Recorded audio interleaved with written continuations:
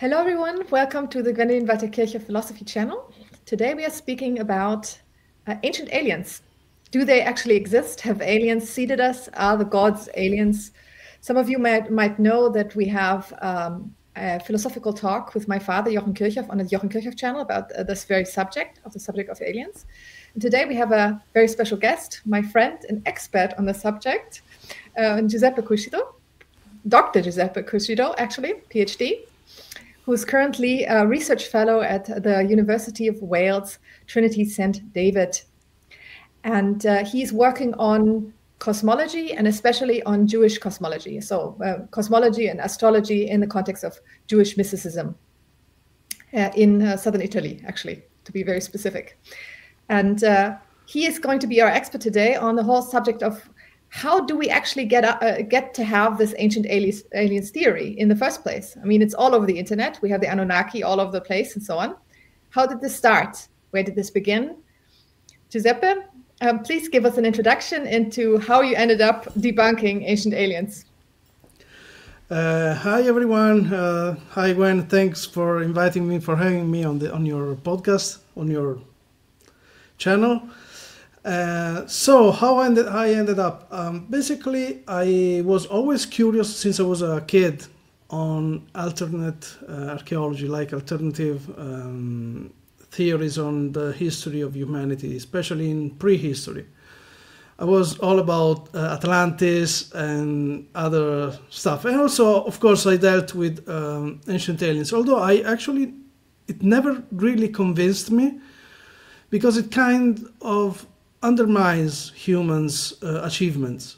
So yeah, I was a bit skeptical about that. I was more inclined towards believing in ancient civilization, ancient human civilizations. Anyway, I was still curious about it. I've read a lot. How I ended up being a debunker of this stuff is when... So meanwhile, I enrolled in university. Also, it's where we met, and yeah, you know, in Jewish studies. And I ended up debunking this stuff because it's been in the public debate in Italy. It's hot. I mean, starting from 2010, about the time when we met, actually, when I was in Berlin. There was this author in Ancient Aliens that claims that if you translate the Bible literally, then it turns out that it doesn't talk about God, but it talks about aliens. And I honestly didn't know about it unless, you know, until they, you know, as soon as I said what I dealt with, like namely Hebrew and Jewish philosophy, Jewish cosmology, people started asking me about this guy, what I thought about this guy, his theories and his translations. I had no idea who he was. And then some friends from... his name is Mauro Biglino. Mm-hmm. And so until some guys that had a YouTube channel, and it was meant to debunk all pseudo science, also spiritual charlatans. It had a very active debunking going on, and they contacted me. They were looking for an expert in Hebrew, an academic expert, preferably, that would be able to debunk all this stuff. So that's what I did. I was a guest in their channel. Now we became friends.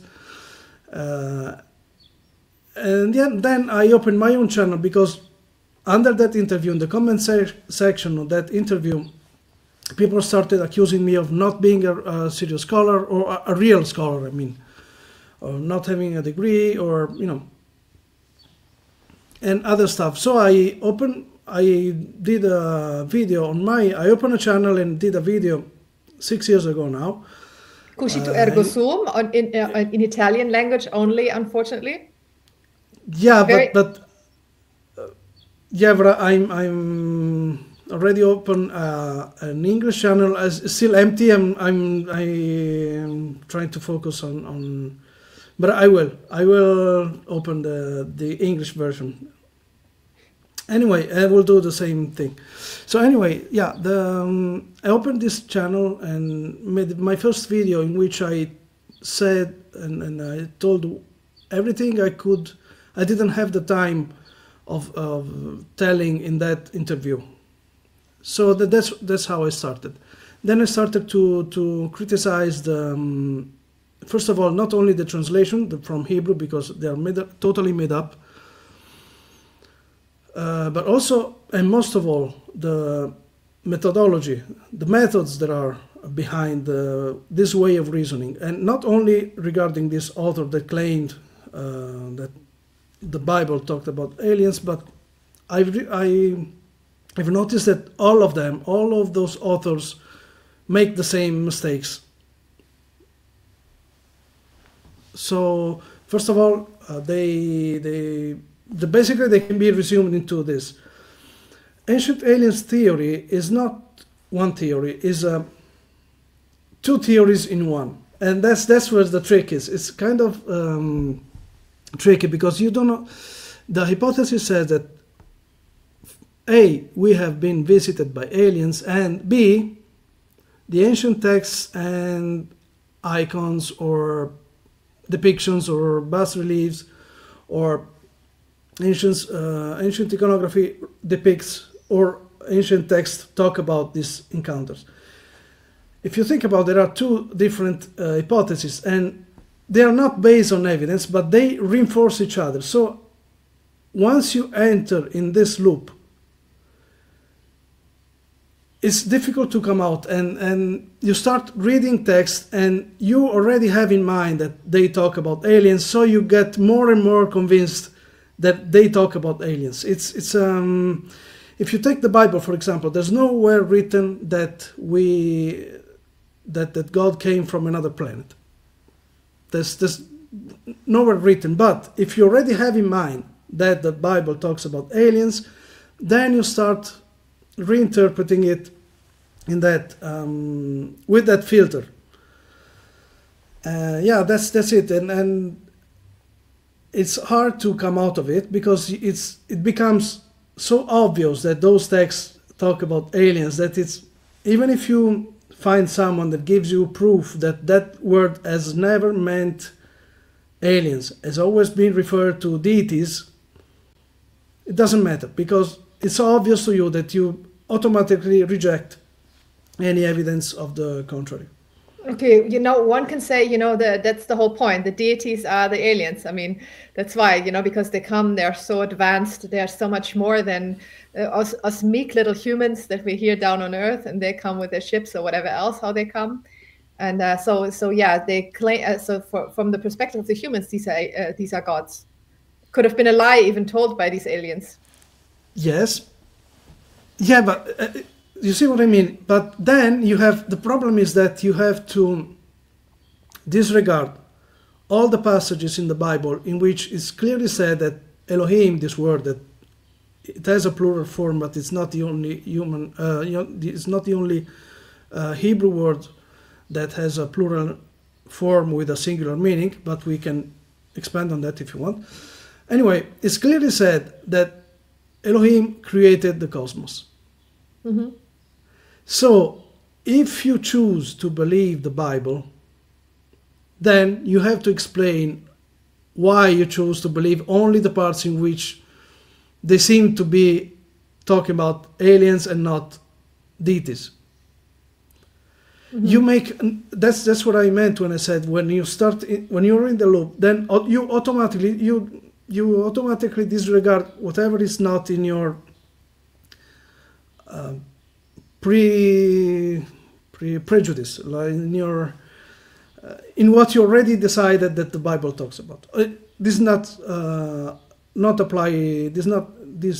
apply only to the Bible, but to any text, like also Mesopotamian text. Zecharia Sitchin has been a master in this, in over-interpreting Sumerian, Babylonian texts in alien deities as aliens. Yeah, he was a charlatan. Yeah, it's an obvious charlatan also, yeah. Yeah, that, and you asked where how it started. It started in science fiction, in horror fiction, basically. The earliest occurrence that I found is in Lovecraft's horror stories, in which you find that these monsters actually came from other planets, other worlds, but they were considered as deities, but they were not deities. And Lovecraft had never meant to write he always wanted to write fiction. He's declared his intention was to write fiction, so he is not to blame for this. But this idea remained in Ancient Aliens-Theories that came after that. So then we have, for example, Charles Fort, the guy who in the late 800, early 1900, late 1800, early 1900, that collected all this weird stuff that was allegedly happening in the world, all these weird, unexplainable facts. And he started doing this polemics against science. They say that science is dogmatic, and then there are two passages in which he claims that he's sure, so he has no evidence, but he is convinced that whenever ancient medieval texts talk about demons, they actually were talking about visitors from other worlds. Then we have the authors of The Morning of the Magicians, Louis Pauwels and Jacques Bergier, that translated Lovecraft into French, and they were followers. They clearly said that they are indebted to Charles Fort, and they start to take Lovecraft too seriously. There's a book by Bergier, Les Extraterrestres de l'Histoire, this small book, in which it's clearly stated that what if we took Lovecraft's works as containing a kernel of truth. And one example is the book of what they call the Gurlt-Kubus. They claim it is a cube that is perfectly squared, and they came from the sky, and that is a kind of device that receives and transmits radio signals. Well, if you look it up on the internet, you will find that its shape is everything but a cube. It's more like a walnut, very regular in shape, and of course it doesn't transmit anything. What is this object? What is this object? Like, where is it found? How can we look it up in the internet? It's Gurlt. Okay. That's the name of the guy who discovered, and then cube. But you can look it up. It's not a cube at all, although it's been presented as such. And the problem is that they took this idea of this object, this alien object that transmitted signals to the other aliens. In other words, it's taken from one of Lovecraft's novels, or not novels, short stories. So they literally took Lovecraft too seriously, although he never wanted to. And people after them, other subsequent authors after Pauwels and Bergier, they took literally what Pauwels and Bergier said. Another example is the Mahabharata, in which they say that there's this very powerful weapon, according to their interpretation, that once it was used, it caused the loss of hair and nails. So Pauwels and Bergier say, okay, this is obviously an atomic bomb, right? So the Indian texts, they mention, this is obviously an atomic bomb because the loss of hair and nails is the typical symptoms of radiation. And all subsequent authors after them, Childress and of course Eric von Däniken, they all quoted that and also embellished the story in each and every passage. But if you read the Mahabharata itself, it says that from the passage in which this weapon is mentioned to the passage in which they mention the loss of hair and nails, meanwhile, the text itself says this weapon was destroyed without ever being used. And also the mention of the alleged loss of hair and nails, it's a description of a battle scene in which rodents like mice or rats were actually eating of the nails and hair of bodies or people that were dead in a battle that was fought with pots and pans. Okay. So this is spectacularly off. Yeah. So this is an egregious example of how ancient aliens theory operates. They carefully cherry-pick the details that, if interpreted in a certain way, could be interpreted as talking about ancient technology. But if you look at the context, all the magic disappears. What is worse is not only that, but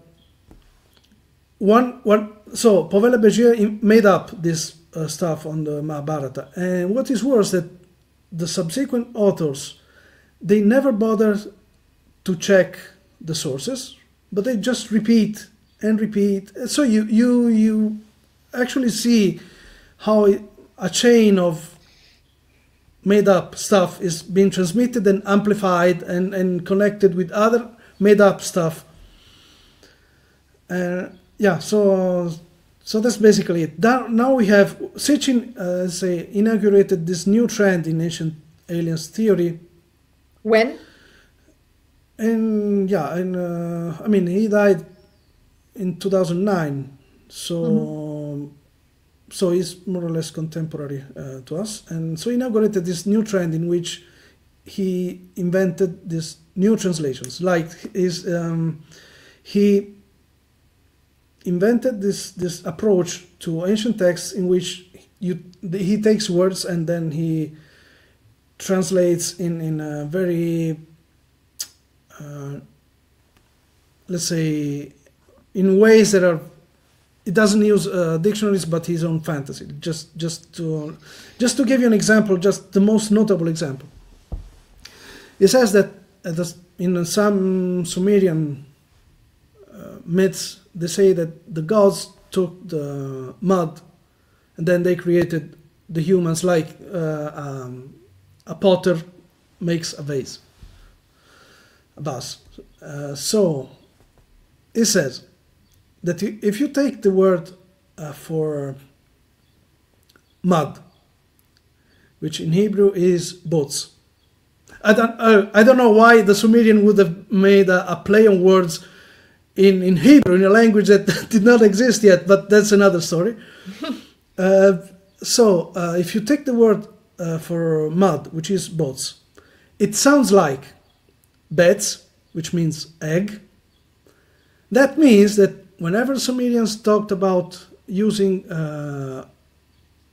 mud, they were actually referring to an egg, to egg cell of a monkey, of an ape.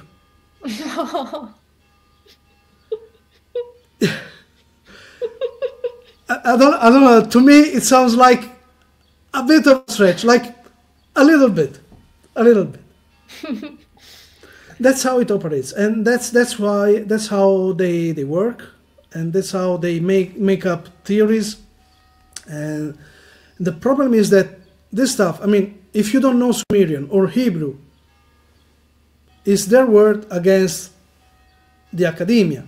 But also, there's another characteristic of ancient aliens theory that they inherited from Charles Fort through Pavel Bergier, these polemics against academians, or the academic world in general.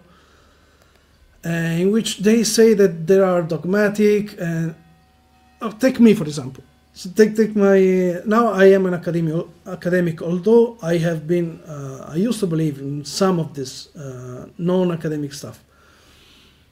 Now I'm a skeptic, I present myself as a skeptic, but the problem is that I'm not rejecting those theories just because, with no reason.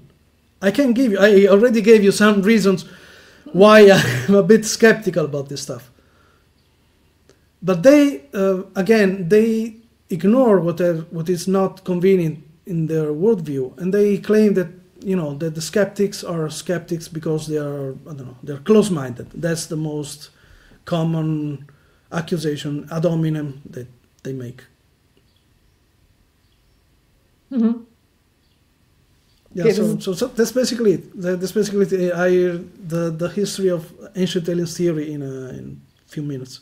Okay. Now the question is, of course, like, who are the characters here? Like, there's a heavy emphasis on the Soviet Union. You once told me that many of them came from the Soviet Union, of these authors. Yeah. Like this is Jacques weird. Berger also, yeah? Yeah, this is weird. And, you know, Jacques Berger actually, Jacques Berger is a pseudonym. He was from Ukraine, former Soviet Union. They quote or they cite Matest Agrest, which was also a Russian, one of the first authors of Ancient Aliens-Theorie, that said that the Bible talks about aliens, and for example, what happened in Sodom and Gomorrah was actually a nuclear blast. Mm-hmm. And then we have Zecharia Sitchin. He was born in Azerbaijan, then Soviet Union.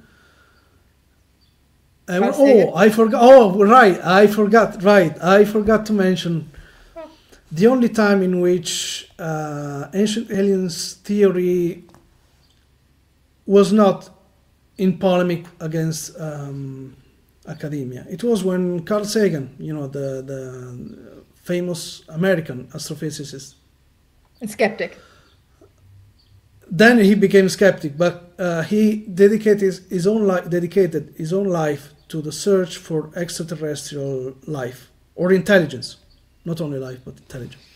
So he was one of the promoters, if not the promoter, of the SETI project, SETI project. So this is huge telescopes, radio telescope that they try to listen for radio signals from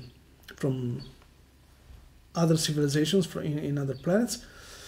And he is the author of one of the authors of the golden record. This is what it says. The word says it's a disc made of gold that was put on a probe that was sent. It was either the Voyager or Voyager 2, one of the two Voyager probes that were sent in outer space, and which contained, among other things, recordings of some greetings in various languages, including Sumerian and Akkadian, because Carl Sagan, in his book Intelligent Life in the Universe, actually he was the first, to my knowledge, to hypothesize that the Sumerians were actually developed thanks to an intervention, thanks to an encounter with advanced civilizations coming from other planets. He presents it as an hypothesis, so he is not dogmatic in the sense. It was in 1962. The book came out in 1962. The Morning of the Magicians in 1960. But the fact is that this book is actually a translation, an enlarged translation from a Russian work by Joseph Shklovsky, again, Soviet Union. They wrote this book on the search for extraterrestrial intelligence. And so Sagan, or Sagan's wife, if I'm not wrong, she translated it to English. And also Sagan worked on this expanded translation, and it was a huge success. Zecharia Sitchin actually based his whole career on this particular chapter of Sagan and Shklovsky's book.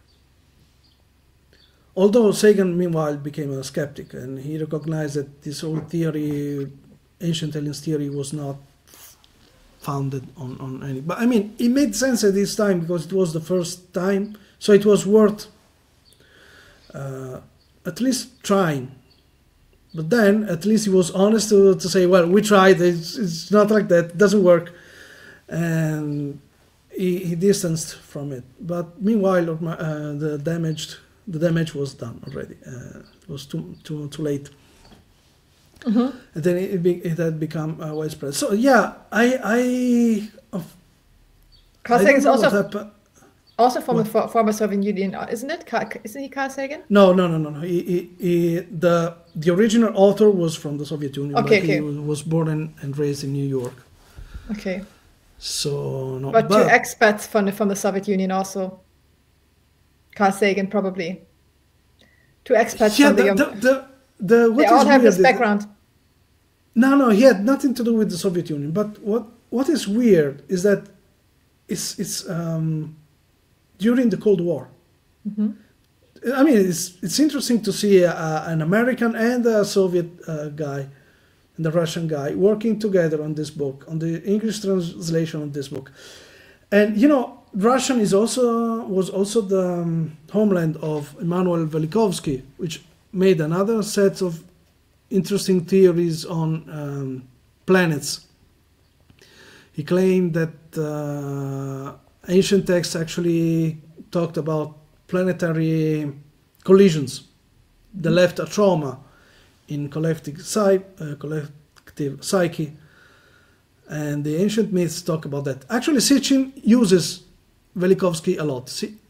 But basically, Sitchin contradicts himself because he said that sometimes when the Sumerian texts talk about deities, they actually talk about planets. So when those two deities were fighting, it means there was a collision. I'm simplifying, but there was a collision between two planets. But then he also claims that when they talk about deities, they talk about aliens. They came and made us with genetic engineering. But yeah, there's so you know, there was before the Soviet Union, even before the Soviet Union, even before communism, there was this movement in Russia called Kosmism that claimed that you know, they I think it's the ancestor of more present day. What's the name of this transhumanism? Using technology. So the idea was to use technology in order to improve or perfect the human body and make it adapt for extra planetary travel. It was a big movement. I think that this is where also Ancient Aliens-Theorie from Russia comes from. Why would you need to make the human body be adaptable to extraplanetary travel? In what way? It's the one thing, and the other thing is like Russian Kosmism. Give us a timeline. When is this period starting that Russian Kosmism became a trend in Russia? Okay, it became a trend in Russia in early 19th century. So I don't know. I'm not sure whether it was earlier than that. If you can find even older roots, but it became a thing in the 20s, in the 30s, in the 40s, and I think it's worth investigating. So, in order to, just to answer the previous question, I mean, for example, how to hibernate. You have to study how to hibernate the bodies so they can travel for a long time without needing too much energy or zero energy. Or you can study how to prolong life or youth. So, I mean, as is, human body is not adapted for interstellar travel, because the distances are simply too much for us to travel even to the next star, Proxima Centauri. So yeah, that's the idea behind it. There was a lot of talk about even in fiction and non-fiction. Yeah, I think that is worth investigating. I haven't investigated much because most of the works have been written in Russian and have not been translated yet. So that's my obstacle I have there. But yeah, so that's it. So yeah, you're right in pointing out that this Russian connection, and it's another coincidence. I mean, I don't know if it's a coincidence, but it's all of this happened especially during Cold War that I mentioned earlier. The first UFO sighting was in 1947. And 1947 is the year in which, for the first time, the words Cold War were uttered. I mean, the World War II was ended like only 2 years ago. And yeah, it's the same year of the UFO crash in Roswell. A few days actually after the first UFO sighting. Now, I mean, they have been desecretized. I don't know if it's the right word, how to say. They declassified. They have been declassified, and apparently it was in Roswell. They were trying to launch a spy balloon towards Russia. So it crashed, and the military apparently used the whole UFO thing going on, and they kind of mudded the waters, and by claiming that it was a UFO, or I mean, by making some people claim that it was an alien aircraft that crashed in order to to distract.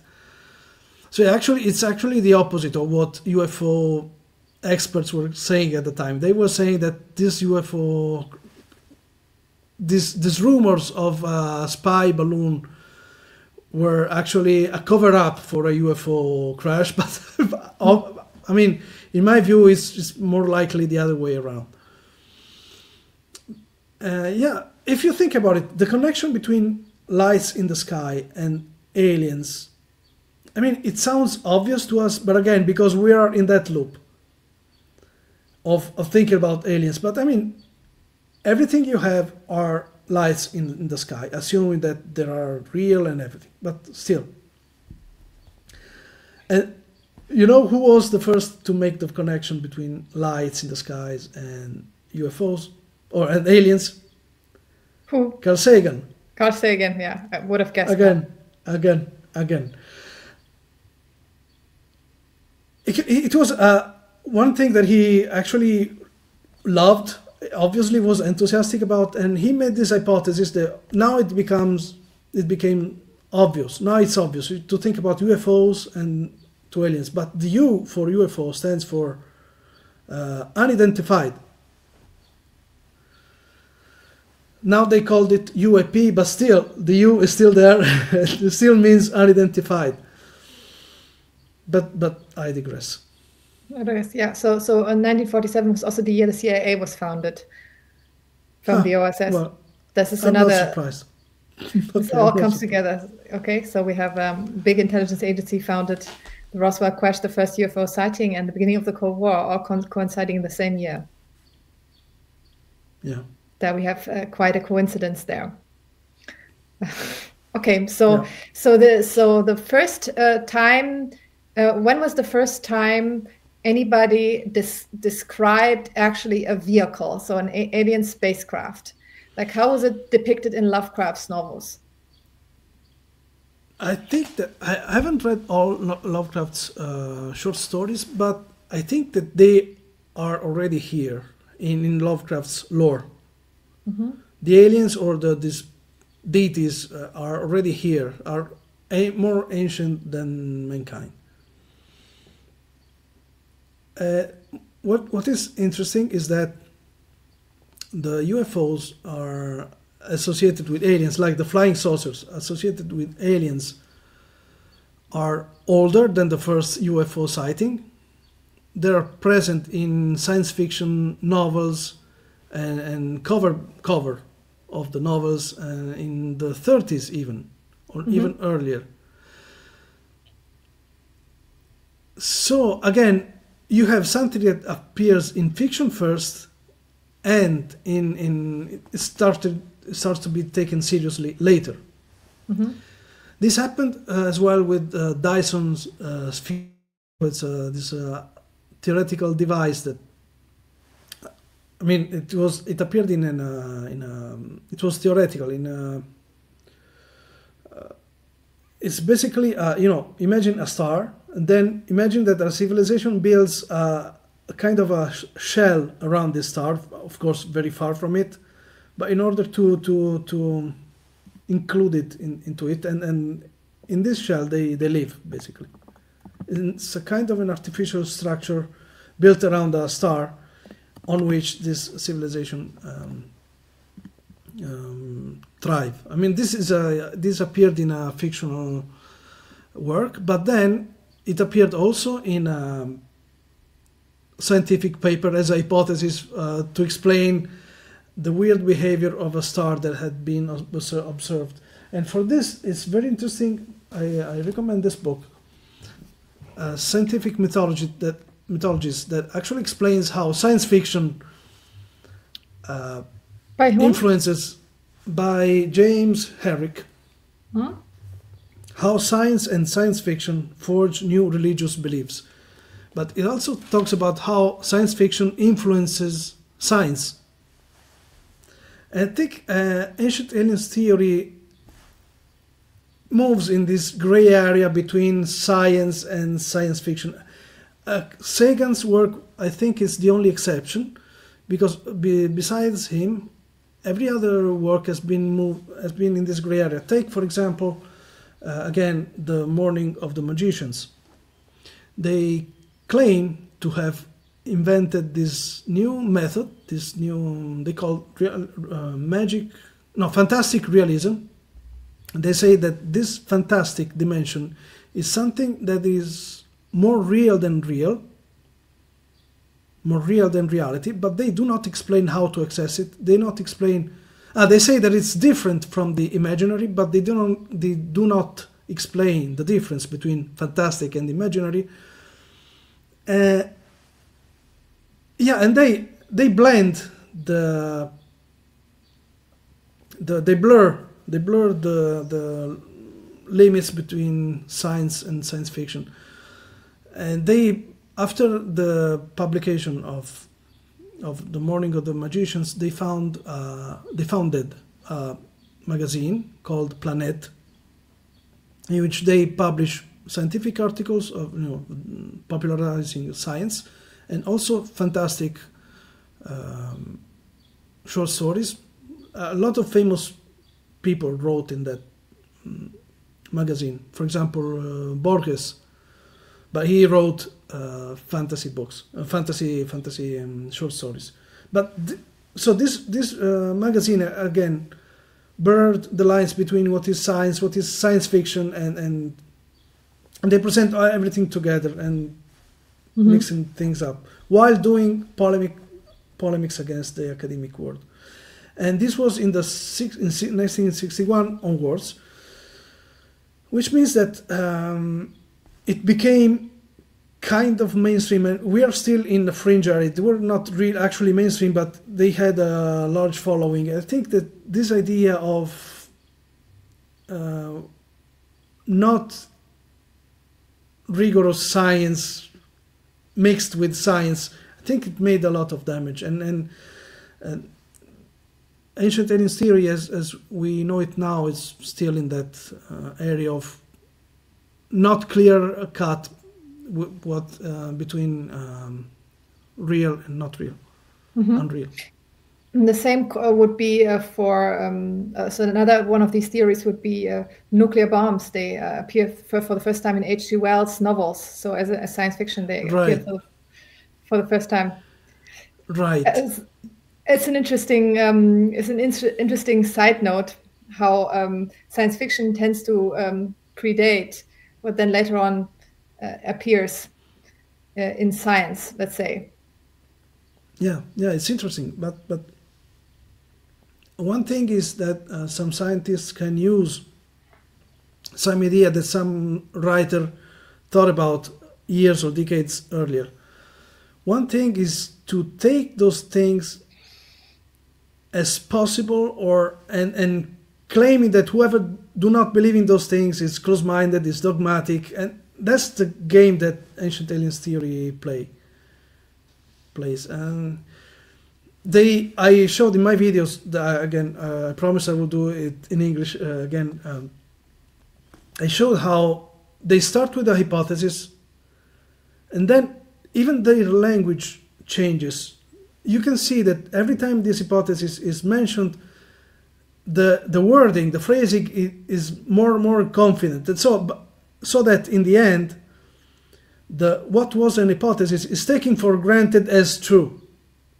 Mm-hmm. It's interesting to see how they actually, as I said at the beginning of this interview, you can see how the loop works. You can really see how they started with a hypothesis and then they convince themselves more and more. Unless it's a rhetorical device and they're using it on purpose, but I can't claim that. I can't say that. But what is clear that they start with a what if, but then they end up with, if you don't believe it, then you're close-minded or worse. An academic penguin. Yeah. Yeah, that doesn't believe anything. Exactly. Right. Or is funded by the Rothschild or something like that. Of course. Yeah. Yeah. What else? Yeah. What else? Okay. So we have this whole blurring of the lines between science and science fiction. So the beginning of the UFO stuff with 1947, with Russian kosmism and the idea of human civilization being ruled by, or secretly ruled by, or seeded by an extraterrestrial force in the beginning of the 1900s. Yeah. Approximately? Yeah, that's interesting. Yes, and that's interesting because they started with Lovecraft wrote that these deities were basically indifferent to humankind. Mm-hmm. Like they're sleeping, or if you encounter them, then you basically get mad. No, not in the sense that you get angry, but in the sense that you lose your mind. So were Sagan and Shklovsky, or also Charles Fort after Lovecraft. The aliens are still seen as indifferent in Charles Fort, or benevolent in according to Sagan and Shklovsky. They say that they gave us civilization, and they taught Sumerians how to, I don't know, to cultivate. They taught agriculture. They taught basic stuff, how to work metals and things like that. But then in the later years, the aliens have started to have been described as evil. Sitchin says that we were created by aliens. They created our species because they needed us to dig gold, mm-hmm. in order to restore the atmosphere of their planet. Mm-hmm.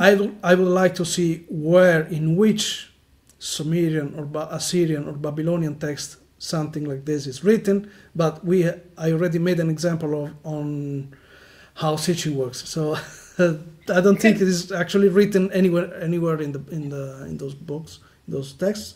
Anyway, so the aliens start to become more evil. Then I mentioned Mauro Biglino, and according to Mauro Biglino, they actually are behind the governments. Two of them, he claimed, were sitting in the U.S. Congress. So they became the, yeah, they have become the evil beings that govern us, yeah, by the world conspiracy. Yeah, which is, I mean, doesn't make sense, because if they made us, by the way, he also followed Sitchin in claiming that they made us, because of course in the Bible it's written that God made Adam from the mud. So they made us, so in theory they are extremely more powerful than us. I don't see why some extremely powerful beings need to hide from the guinea pigs in order to, I don't know, I don't see the point. I mean, they could just rule just by showing their power and say, you are nothing, you are guinea pigs, we have made you, shut up and dig. I really don't, I mean, that don't make more sense to me. I don't see why they would hide in the government. Anyway, I digress. Well, sounds like allusion to a fraud, to be honest, because whenever you tell a lie and then you have a fraud and you want to extract money from someone in a Ponzi scheme or whatever else, you make people dig gold for you, and you're very powerful, and you're in the background, you know, just telling the lie that makes all of that happen. Yeah, this is how this sounds to me, like the personal life experience of a fraudster, which many of them probably were, of these ancient aliens theorists. Yeah. I haven't mentioned. No, I mean, I just briefly mentioned Eric von Däniken, who has been convicted of such of cooking the books. And also plagiarism for having plagiarized the Morning of the Magicians. So anyway, the fact itself that you need to create a living organism to dig gold. I mean, why don't you build machineries that they do the job much much more efficient way? And why don't we have, I don't know, limbs that were more apt to dig without giving us shovels, for example, or other pickaxes or other tools? I mean, a human being is not operative from the start. You need to wait years in order for it to be able to dig gold, right? So in those years, you have to feed it, you have to heal it if it gets sick. It really, those aliens are really dumb, honestly. They chose the most inefficient way to do the job.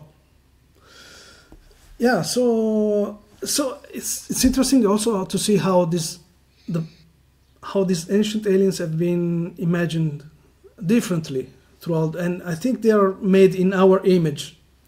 So a scientist like Carl Sagan portray them as scientists, as benevolent people who give knowledge to less fortunate ones.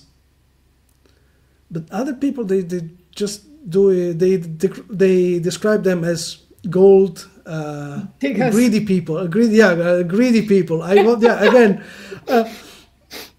To me, it says much more about their authors than the aliens themselves. Also, it was another false claim that Sagan made. So I'm partial towards Sagan. I mean, he said many wrong things, but at least he was in good faith, I believe. Another wrong thing, the thing that we have been civilized by aliens, that Sumerians have been civilized by aliens, is wrong in the premise, because he claims wrongly that Sumerians appear out of nowhere.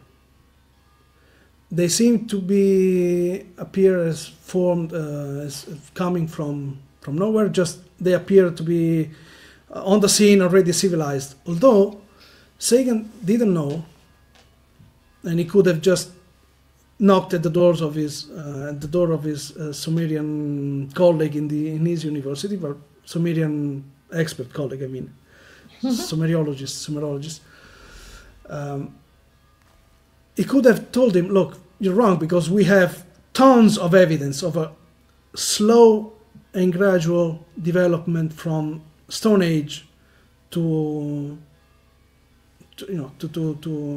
Bronze Age, and then to Iron Age. So the Sumerians did not appear out of nowhere. We have a lot of strata that shows that, like, we have physical manufacts. We have the remains of houses. So we can reconstruct a lot of how life was in the millennia before the Sumerians developed. Also, there was 2 millennia between the rise of the Sumerians and the invention of language. So these Sumerians were extremely slow in learning this language from the aliens. It took them 2,000 of years, so like exact the same time that you would expect to come up for someone to come up with their own language and writing system. Yeah. Why Sumer? Why is Sumer picked as the starting point? Does this have anything to do with this out of Babylon trend in German academia of the 1900s or of the 18th century? I mean. Yeah, no. The fact is that it is one of the most ancient civilizations that we have. Mm-hmm. But make it the mother of all other civilization is a bit of a stretch. I mean, because it is only in one area of the world, and so on. There was this out of Babylon or out of Sumer hypothesis in German academia in the 19th century, as far as I know, and this could be one of those sources for this idea. It is. I'll give you another reason why I believe this. First of all, at the time, they still considered the Bible somehow correct in some ways. Second of all, there's also this dogma that Sitchin and Biglino after him, and also has become common in ancient aliens theories, is that the Bible is a copy of Sumerian texts, which is blatantly false. Like you have 2 similar or 3 similar passages, like the flood, the creation of mankind, but there are differences, but the rest is totally different. Like they have virtually nothing in common. Mm-hmm. Mm-hmm. So that's another stretch. And this was something that academics used to believe in the early 19th century, when Sumerian and Akkadian texts had not been studied extensively like they are now. Mm-hmm. So you could still believe that. Again, I don't blame them at the time, but now we have tons of evidence of the contrary. So now, if you still believe that now, it means that you're either don't know, you're leaving out a lot, and because you don't know, or because you don't want to look. Mm-hmm. Mm-hmm. Can you maybe give us another example of what ancient aliens theorists claim, and what is a good counter argument to that? Enoch. Let's say the book of Enoch. I have mentioned the Bible, but also they mentioned the Apocrypha. They interpreted this particular Apocryphon, or pseudo-epigraphy. This, I mean, it means that it's not in the canon. It's not. So Enoch is mentioned in Genesis, and to him 3 books have been dedicated. But the first one is the one that is received more attention by the ancient alien theorists. What does it say about Enoch? What does it say about Enoch? So in the Bible it said that Enoch walked with God, and also they say that Genesis said that the sons of God saw the sons of men, and they united with them, and there were giants on earth when this happened. So daughters of men. Yeah, what did I say? Sons. This would be gay, and right? Would not you're right. not lead to any offspring. Yeah. Right. Well, I mean, they were aliens. They were ancient. They were engineers. They could. By the way, they claim that Eve is a clone of Adam. I mean, last time I checked, when you create a clone, it's an identical copy. So how can you make a clone with a different gender, sex? Yeah, sex or gender. That's another thing that the ancient alien theories claim. So by the way, first book of Enoch expands on the passages of the sons of God and the daughters of men, and it claims that they were the reason why the flood happens, because God decided to wipe out the offspring of those of this union because they were eating everything. And also Enoch is taken to the edge of the cosmos, and so he sees all the place how the world is, how the cosmos is made. Of course, he believed in a flat Earth, and with 7 mountains around it, and he also sees the places where the souls are, the good and the bad souls will be stored after the final judgment. This is the first, by the way, the first time it appears in Jewish culture, such an idea. Anyway, so the ancient aliens claim that Enoch was abducted. Enoch was abducted, and this union between the sons of God and the daughters of men was actually genetic engineering or hybridization at best between aliens and humans. How can it easily be debunked? Simple, because Enoch, again, first of all, sees the earth as flat. Second of all, he only sees everything that a person lived 2,000 years ago would know about the world. So just Middle East, basically, and with a radius of a few thousand miles, but it doesn't mention China or America or anything else. And by the way, this alleged knowledge that these aliens gave or transmitted to Enoch is that rain and the winds are stored in warehouses at the edge of the world. Okay. That just to give you an example. So I mean, again, if you choose to interpret this text as a recount of an alien abduction, you have to justify why you choose to only the parts that fit to your worldview. And usually what they respond is that, well, they didn't have the words to describe what they were seeing, so they use the words that they are familiar with. I have two objections. First of all, there were the words in Hebrew to tell, well, this guy brought me to another planet that was revolving around that star, so they had all the words to say it, and they didn't. Second of all, I send it back to ancient aliens theories, because I say, well, what if it's you that you read a text that you do not understand, that you project the things that you are more familiar with, like aliens, spacecrafts, and spaceships, and genetic engineering, and so on. Mm-hmm. So this can be reversed, can be sent back to the sender. Mm-hmm. So then there's another confusion that these about the sons of God, the watchers, they are conflated with the Nephilim. You wrote about it in a paper that you recently published. Yes. I haven't published yet, so please don't. But yeah, that I sent you before publication.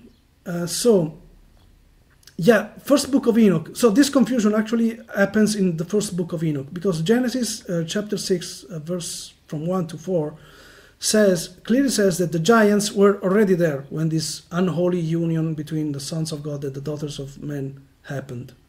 That produced the kings and the heroes of old. Exactly. So these were still the giants. But anyway, they say that the giants were already there when this happened. Enoch says that the giants are the offspring of this unholy union, which is, which is not what the Bible says. Again, if you choose to believe the ancient texts, which one do you choose to believe, and why you choose that and not the other one? Because ancient aliens theorists choose the interpretation that Enoch gave. So they interpret these giants as the offspring between aliens and men and humans. But so why did you choose to believe Enoch and not the Bible, which in theory is more ancient and in theory is closer to the alleged events? Exactly. Again, it's a matter of cherry pick, and that's the main methodological problem that another big methodological problem that I showed in my debunking videos.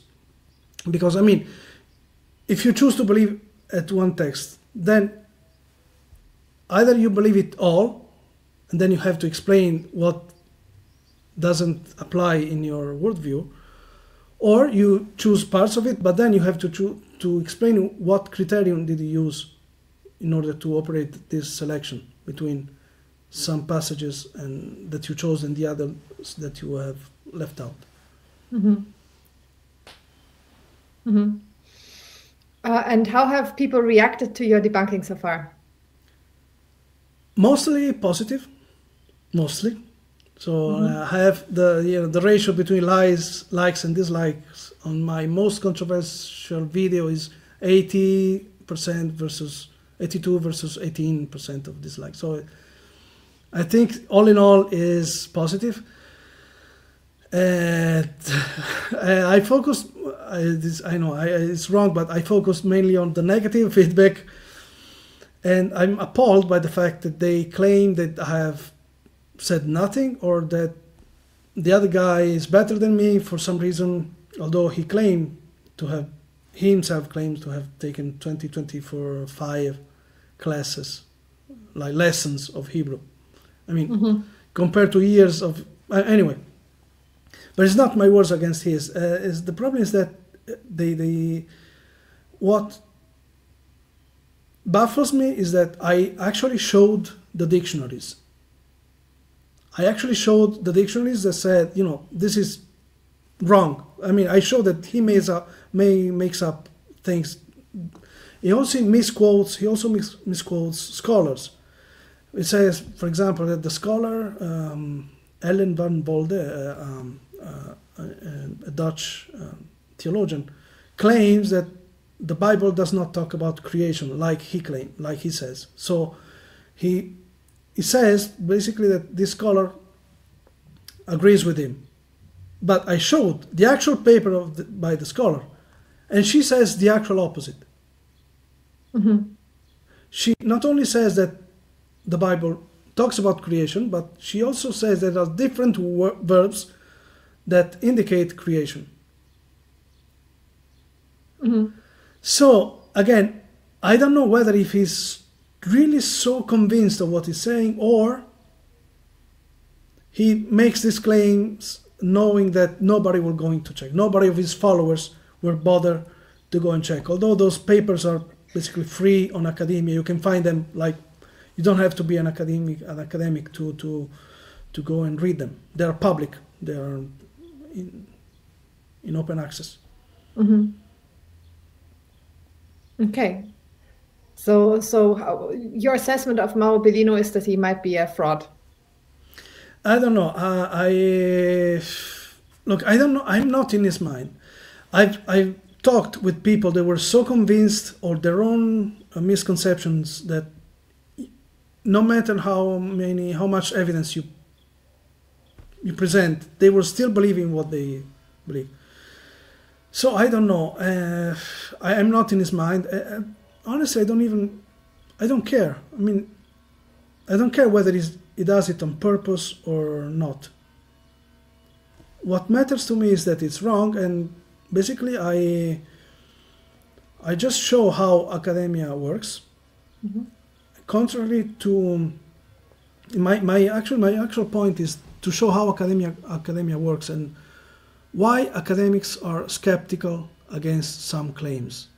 the problem is not that the academics are close-minded, but the problem lies in the claims themselves. They are based on circular reasoning, on cherry-picking, and on outright false assumptions. Like, for example, that Sumerians appeared out of nowhere, which is basically false, like objectively false. Yes, thank you, Giuseppe. I think this is a nice last word. Maybe you have want to add something. Are you going to get into the whole chronology thing, where people try to like strike out a couple of centuries, or like all of these other things? You know about this? I know about that. I never delved, so I can't speak on that. Look, yeah. What about Tartaria? What about Tartaria? Again, I haven't. I heard about it. I've never. It's kind of new. So contrary to, it's a new kind of recent. So when I was into those things when I was younger, it was not a thing. I think it came out later. But anyway, that's what I insist upon in my videos, is that I don't like to say, guys, this is right and this is wrong. I try to teach how academia works. At least, now you know how academia works, and how a bad theory is, how a good, the difference. I try to teach the difference between a good theory and a bad theory. And this is not based on the claims themselves, but how the authors arrived to those claims. So if some claims are based on solid methodology, on actual evidence and linear reasoning and solid reasoning, then at least you can consider it a solid theory, which does not automatically mean that it's true, but still it's worth considering. I've showed that every single fringe, or more like cringe theory, is based on those mistakes that I pointed out earlier. Cherry pick, circular reasoning, and false assumptions. So I try to show the difference, and in one video, after I explained how all these things work, I created a pseudo-scientific theory out with the help of the chat. The live chat was on YouTube. I told them, look, pick up an ancient civilization. So the first one that came out, I chose that. Then pick up a mysterious thing that, by the way, you have to link. If you want to create a pseudo-historical theory, you have to link to something that is already considered mysterious. It's difficult to create the mystery out of nowhere. So you have to link with, I don't know, with the Templars, or the Masons, or with the Jesuits, anything that already has a mysterious aura around it. And then you find a link with it, and it's done. Like it's easily done. You can actually make your own pseudo-historical theories out of nowhere. You just imagine an imaginary link between two actually existing things. So, for example, you have the pyramids in Egypt that actually exist. You have the pyramids in Mexico, in Guatemala, right? They actually exist. The pseudo-history happens when you imagine an imaginary link between them that cannot be demonstrated, cannot be proven either right or wrong. So aliens, you can't reach aliens. They're hid. They are hidden in the U.S. Congress. They are hidden in their own planet. They are hidden. So you will never be able to prove it either right or wrong. Or you can link the two pyramids with Atlantis. You can't reach Atlantis. It's sunken. Or you can't reach those truths because someone does not want you to reach them.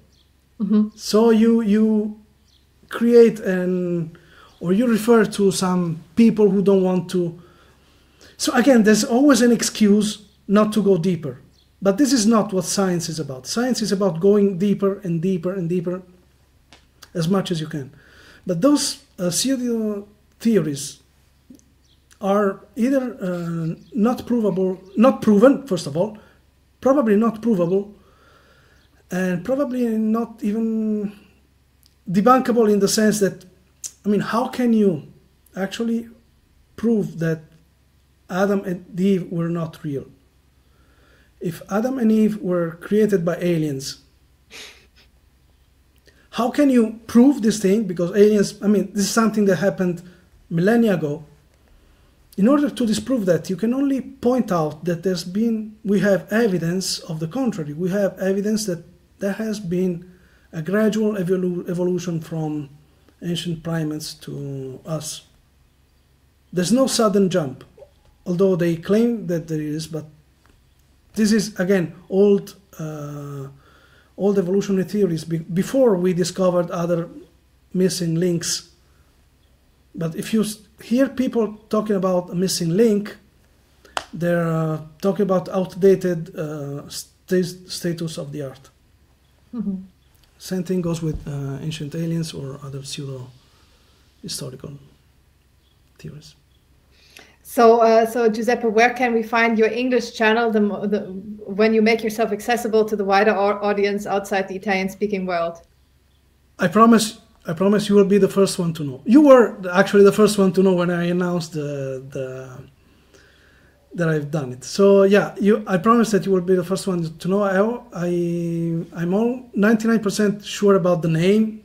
It's not that but you will be the first one to know. It will not just simply be Cuscito ergo sum English. No, because people have, even native Italian people have trouble pronouncing correctly my surname, because it's very rare.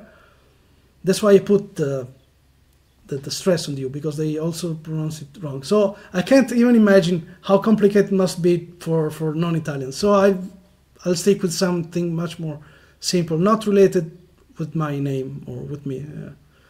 Okay. It's actually of course the name of my channel is a pun with Gojit ergo sum, but it's I made it just for jest. But I think if I start to make a channel, an international channel, that I think it will be a bit more easily accessible for non-Latin speakers or non-Italian speakers.